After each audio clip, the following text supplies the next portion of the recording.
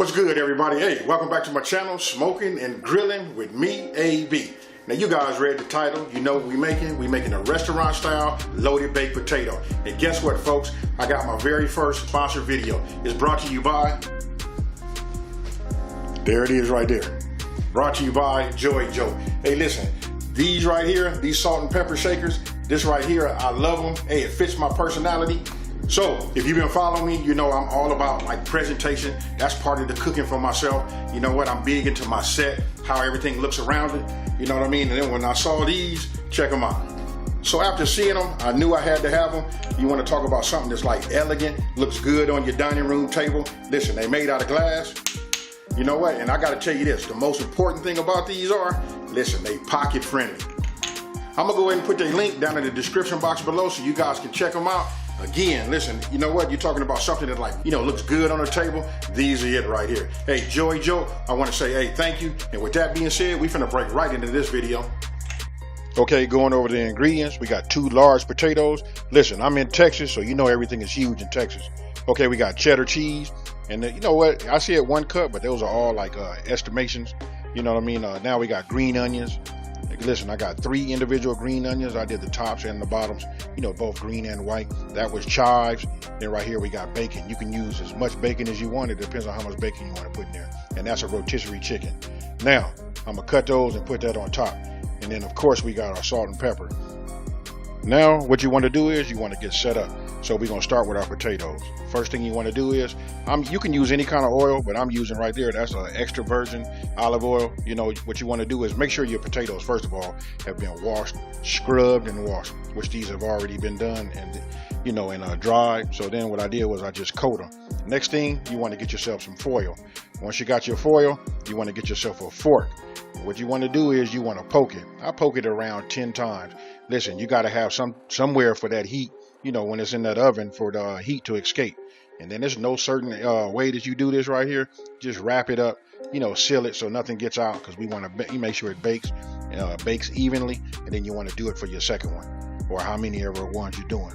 That right there, I'm using my Breville oven. It's already been preheated to 350 degrees.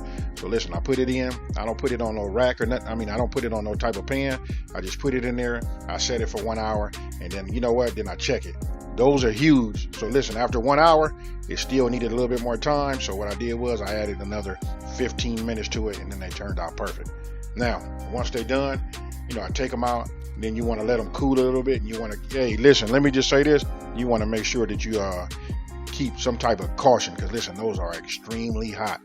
Now, all we want to do is we want to open them up.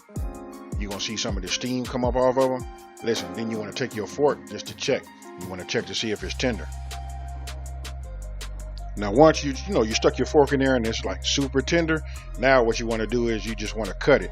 I don't cut it in half. I cut it at about 65% above. You know what I mean? So listen, you're going to have a bigger side and a smaller side. That smaller side, you want to go ahead and get you a spoon, and you want to, you know, dish out all of the potatoes and put it into a bowl, as you see right there. And then you want to, you know, I discarded the skin. And then right here, what I'm doing is making it like a little boat. You know, taking all of this, potatoes, the potato stuffing, and putting it inside of that bowl. Then once you've done that for as many potatoes as you have, that's a half a stick of butter. Now this is up to you. You can put as much butter in there as you want to. If you got more, then I probably suggest that you probably put a whole stick. But right there with that heat, listen, it melted just fine. And then, hey, here's the key to cooking, you guys. You got to taste your food as you know, at different stages. So I just tasted it. I know it needed a little salt. Right off the back, it needed salt. And then when I tasted it, I adjusted it. And then after that, then I went with the pepper. And then, you know, you do the same thing. Listen, that's essential. That way you don't have no surprises and your food turns out, you know, just awesome. So you want to just make sure it's mixed properly. And then once it's done, you want to go ahead and refill the bigger portions of your potato.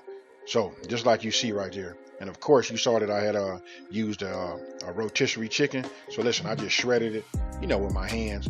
I went ahead and just put some shredded chicken on the top.